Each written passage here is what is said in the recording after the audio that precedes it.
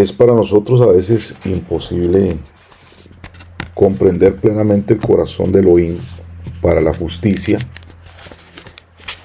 menos si no conocemos realmente cómo funcionan los pactos escriturales y cómo inclusive el elemento del pacto de sangre opera. Nosotros encontramos una historia donde en Bereshit, Génesis capítulo 15, verso del 1 al 8, hallamos a nuestro patriarca Abraham como en una queja muy profunda con respecto a la promesa que él había recibido de tener un hijo, pero que no había llegado. Y en el verso 5, Yahweh le dice: mira ahora los cielos, cuenta las estrellas, si eres capaz de enumerarlas. Y dijo: así será tu descendencia. Y dice que Abraham le creyó a Elohim y esto le fue contado por justicia. Pero Abraham todavía tenía un problema de falta de cumplimiento. Esto que ya se le había prometido no había sucedido aún. Entonces él pregunta: ¿cómo puedes saber que realmente esto que se le ha prometido va a llegarse a realizar?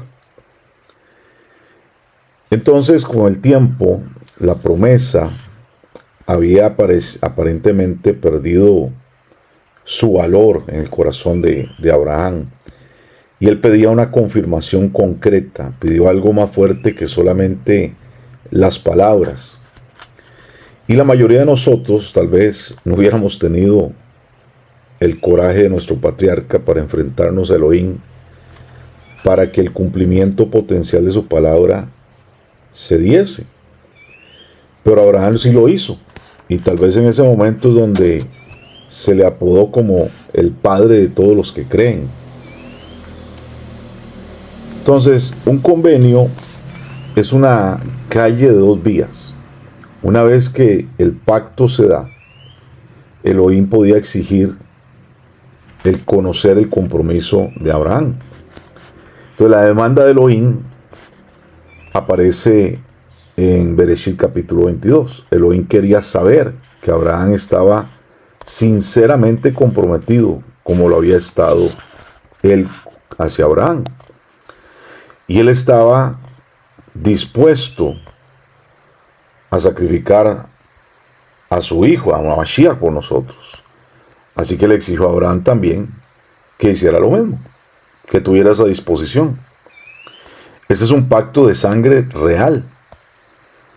Y sería bueno tener en cuenta que cuando nosotros nos acercamos a Elohim exigiendo un pacto, él bien podría venir durante el día en el cual se acerque a nosotros con una demanda similar. Es decir, si nosotros exigimos que él manifieste su mano y su promesa se haga real por el pacto que nos ha hecho, bueno, nos va a pedir el mismo nivel de compromiso sin duda alguna. Entonces es probable que la condición de una iglesia tradicional en su falta de ejecutar la justicia bíblica resida precisamente en esta incomprensión de decir: bueno, como él ya hizo todo por nosotros, ya nosotros no tenemos que hacer nada. Es que no hay un esfuerzo que yo pueda hacer que valga la pena, porque ya no queda nada más que hacer. Y eso es un severo error del sistema religioso. Y es algo que nunca se ha enseñado, lamentablemente. Entonces, si no conocemos la Torá, no conocemos el pacto, no conocemos mandamientos, no conocemos la justicia bíblica, no conocemos que la verdadera asamblea, iglesia o Keilah es la que vive con un pacto conforme a la Torá, y que el Eterno tiene condiciones y tiene exigencias para nosotros, no podemos entonces recibir las mismas respuestas que recibió Abraham. No podemos esperar que la plenitud de Elohim se manifieste si no estamos dispuestos nosotros a darle a él nuestra plenitud también. Entonces, de repente hoy estamos ante un gran cumplimiento profético, ante una gran promesa que se ha venido dando, se ha profetizado sobre nuestra vida. Sabemos que el Eterno quiere hacerlo, pero la pregunta es, ¿y qué Él está exigiendo de ti? ¿Qué está exigiendo de ti? Yo en lo personal creo que me está exigiendo perfeccionarme en hacer su voluntad, perfeccionarme en cómo guardar un Shabbat, perfeccionarme en entender cómo debemos de comportarnos como pueblo, como varón de una casa, de una familia, como un siervo, como un ministro. Y no es fácil. Ayer le decía a mi esposa, qué difícil entender que no entendemos nada. Qué difícil darnos cuenta todas las mentiras en las cuales estábamos metidos. Qué difícil llegar al punto de saber que hay tanto que recorrer y como que uno no tiene el tiempo para hacerlo, como que ya se nos fueron unos años. Pero bueno, si hemos llegado hasta este punto de desmantelar mentiras, que las vendas se caigan de nuestros ojos, de que podamos despertar a una realidad espiritual, a una realidad como pueblo, a una realidad bíblica, pues no queda más que hacer el esfuerzo de girar en la dirección contraria, de hacer Teshuvah y caminar hacia el diseño del Eterno. Y ya renunciar a ese romanticismo hacia la mentira, hacia el engaño, hacia ese secuestro babilónico que nos tiene entorpecidos y nos enamoramos de ello. Y realmente hacer Teshuvah y hacer todo lo que tengamos que hacer. No sé cuánto tiempo tenemos, no sé cuánto podemos lograr, pero sin duda alguna haremos todo lo que sea necesario, aunque no lo entendamos, pero lo haremos en obediencia, porque no hay tiempo para entender muchas cosas, hay tiempo para ponerlas en práctica, y eso es lo que tenemos que hacer. Entonces, cuando vemos que Abraham pone una demanda basada en la promesa de un pacto, Elohim se reunió con él de acuerdo a lo establecido en ese pacto. Entonces, la justicia bíblica está codificada para todas las generaciones bajo este pacto de Abraham. Entonces, cuando vemos un pacto escritural donde hay sangre involucrada, hay 8 pasos principales para este nuevo comienzo. Paso número 1. Una persona tiene que ser el que inicia solicitando este pacto. Y Abraham inició el proceso de pedir una garantía para que lo que Levín había prometido se cumpliese. Y Abraham le dice esto en Bereshit 15:8. Y luego el Eterno le responde, un par de versos más adelante, en el 9:10, dice, tráeme una becerra de 3 años, una cabra de 3 años y un carnero de 3 años, una tórtola también y un palomino. Y tomó él todo esto y los partió por la mitad y puso cada mitad enfrente de la otra, mas no partió las aves. O sea, es decir, aquel estaba diciendo, yo quiero que tú me des una garantía de que esto que estás diciendo, que me has dicho por tanto tiempo, esta promesa que me hablaste, se va a cumplir. Y el Eterno le dijo, ok, entonces trae algo que me tienes que presentar. Y bueno, le costó un precio y tuvo que traer estos animales y partirlos para iniciar este convenio de sangre. Y cuando entramos en este pacto de sangre implica que una promesa se va a cumplir cuando yo tenga la capacidad de entregar algo. Y es necesario que participe nuestra vida en ese proceso. A veces yo le diría que esto es como un proceso donde hay algo que tiene que morir en nosotros. Hay algo que nos está costando, pero tenemos que soltar, que es doloroso, pero lo tenemos que hacer. Y es como pararse en medio de la muerte para completar el significado que esto tuvo para Abraham. Entonces, es como decir, rey, voy a poner estos animales acá, los vamos a partir y párteme así, hazme esto si yo no soy parte de este convenio, si yo quiebro este pacto contigo? Entonces, este partir de animales representa nuestra rendición absoluta. Representa el que no tenemos opciones.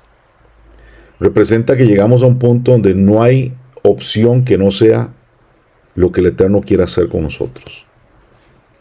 Entonces el pacto de sangre tiene un acceso a una bendición, pero también tiene acceso a una maldición, porque es decirle al rey, si yo no cumplo mi parte, despedázame.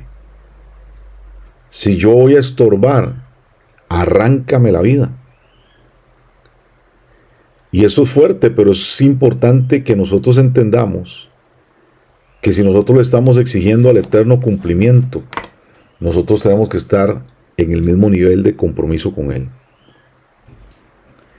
Entonces, esta bendición ofrece acceso a todos los bienes del compañero que está entrando en pacto con nosotros, cada vez que nosotros lo necesitamos. Es una garantía de lo que Él nos da, está dispuesto totalmente para nosotros, y también nosotros lo que tenemos tiene que estar dispuesto también para nuestro compañero. En ese caso, nuestro compañero es el Eterno, el que está entrando a hacer el convenio con nosotros. Entonces, aquí hay una clave que es la necesidad urgente de que se cumpla lo que Él ha prometido. Pero si el Eterno te pide algo hoy y tú se lo niegas, como muchas veces lo hace, entonces hay un proceso de muerte, hay un proceso de juicio en contra nuestro. Porque cuántas veces hay gente que le dice, Rey, toda mi vida te pertenece.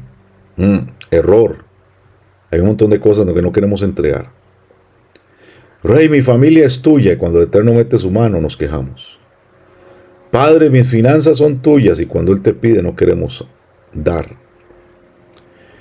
Entonces un pacto de sangre, mi amado, es serio, porque es el fundamento de la justicia bíblica. Mira lo que dice en el profeta Jeremías, capítulo 34, 18 al 20. Y entregaré a los hombres que traspasaron mi pacto, que no han llevado a efecto las palabras del pacto que celebraron en mi presencia, dividiendo en dos partes el becerro y pasando por medio de ellas, a los príncipes de Judea, a los príncipes de Jerusalén, y a los oficiales y a los sacerdotes, y a todo el pueblo de la tierra que pasaron entre las partes del becerro, los entregaré en mano de sus enemigos, y en mano de los que buscan su vida, y sus cuerpos muertos serán comida de las aves del cielo y de las bestias de la tierra. Es decir, si tú haces un convenio con el Eterno, te comprometes, así como lo hizo Abraham, a partir de esos animales, es decir, si yo no cumplo, párteme con estos animales. Entonces, nosotros tenemos que entender que el Eterno no está jugando. Y por eso es que yo creo que a veces nosotros no nos comprometemos en ese nivel con Él. Pero el Eterno dice que para que nosotros entremos en un nivel de compromiso con Él, tenemos que estar dispuestos a darlo todo. Porque Él cumple este pacto y Él espera que nosotros lo hagamos también. En Mateo 27, 25, los judíos quebraron un pacto de sangre. Cuando estaba Mashiach en el madero, ellos declararon, su sangre sea sobre nosotros y sobre nuestros hijos. ¿Qué quiere decir esto? Que si nosotros no reconocemos que ese es el Mashiach que está muriendo por nosotros, que si nosotros lo rechazamos porque no creemos que sea Él, bueno, que la sangre de Él caiga sobre nosotros y sobre nuestros hijos. Bueno, que no saben lo que ha sucedido lamentablemente con los hermanos de casa de Judá, cómo han sido masacrados, cómo sus hijos han muerto de generación en generación, porque ellos declararon esto delante del pacto de sangre más precioso que puede haber existido. Lamentablemente el fruto de romper ese pacto lo podemos leer en los registros de Josefo, por ejemplo, el historiador judeo-romano, sobre cómo Tito y las legiones romanas se ejecutaron en el año 70, después de la era común, a tantas almas hebreas, a tantas vidas, mientras destruyeron todo Jerusalén, destruyeron el templo que no se ha vuelto a restaurar hasta el día de hoy. Y precisamente Yahshua había llorado sobre Jerusalén y había profetizado esa justicia. Por eso, amados, Elohim toma muy en serio ese pacto de sangre, así como lo hizo hace 2000 años. Y nosotros tenemos que tener plena convicción que si tenemos acceso a través de Yahshua HaMashiach, no podemos pisotear la sangre de ese pacto. El segundo paso es que la razón principal para hacer un pacto de sangre era la lectura de los bienes y los activos. Entonces, cuando se hacía este convenio, se declaraba qué era lo que estaba poniéndose en la mesa para esta negociación. Y la duplicación de los bienes, basado en la riqueza del compañero, era un pacto muy loable. En Devarim 28, el 1 al 3, nos habla de la bendición de los activos de estos pactos. Dice: acontecerá que si oyeres atentamente la voz de Yahweh tu Elohim para guardar y poner por obra todos sus mandamientos, que yo te prescribo hoy, también Yahweh tu Elohim te exaltará sobre todas las naciones de la tierra, y vendrán sobre ti todas estas bendiciones y te alcanzarán. Si oyeres la voz de Elohim, bendito serás tú en la ciudad, y bendito tú en el campo. Luego en el verso 11 y 13 continúa con esta bendición y dice: y te hará Yahweh sobreabundar en bienes, en el fruto de tu vientre, en el fruto de tu bestia, en el fruto de tu tierra, en el país que Yahweh juró a tus padres que te había de dar. Te abrirá Yahweh su buen tesoro, el cielo, para enviar la lluvia a tu tierra a su tiempo, y para bendecir toda obra de tus manos, y prestarás a muchas naciones, y tú no pedirás prestado. Te pondrá Yahweh por cabeza y no por cola, y estarás encima solamente, y no estarás debajo, si obedecieres los mandamientos de Yahweh tu Elohim, que yo te ordeno hoy, para que los guardes y los cumplas. Entonces nosotros tenemos que llegar a comprender lo siguiente: la Torá es un libro legal, es un código jurídico, mis amados. Si nosotros seguimos espiritualizando la Torá, la Escritura, la Biblia, pensando que como todo es espiritual, pues yo hago lo que yo siento y lo que se me revela. Ay, es que, como dicen algunos, es que nosotros no obedecemos por salvación, sino por obediencia. Bueno, por eso tenemos un montón de gente viviendo una espiritualidad toraica tan desgraciada, tan fuera de orden, sin realmente hacer lo que hay que hacer correctamente. ¿Por qué? Porque creemos que todo lo tengo que hacer porque lo siento, porque se me revela, o porque siento que el Ruach me lo dice. Y amados, la Torá es un asunto de obediencia. Y si nosotros la obedecemos, porque es el código legal del reino al cual nosotros decimos que pertenecemos, aquí es donde nos confirma como segundo paso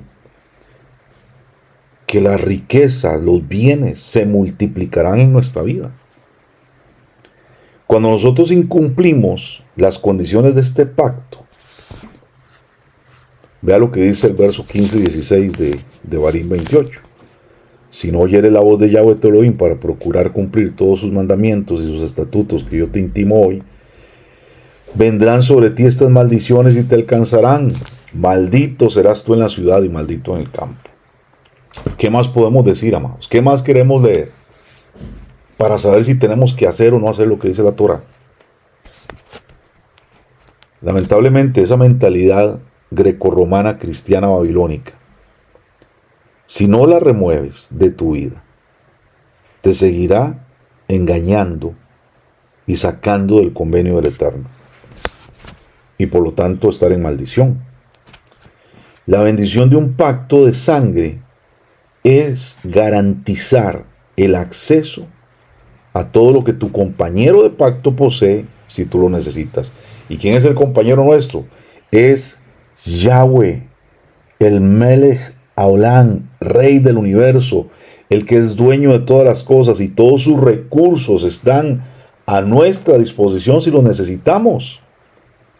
Pero esto no se trata de llegar como un niño malcriado, reclamándole cosas al Eterno como si nos las mereciéramos, pero no somos responsables de ellas.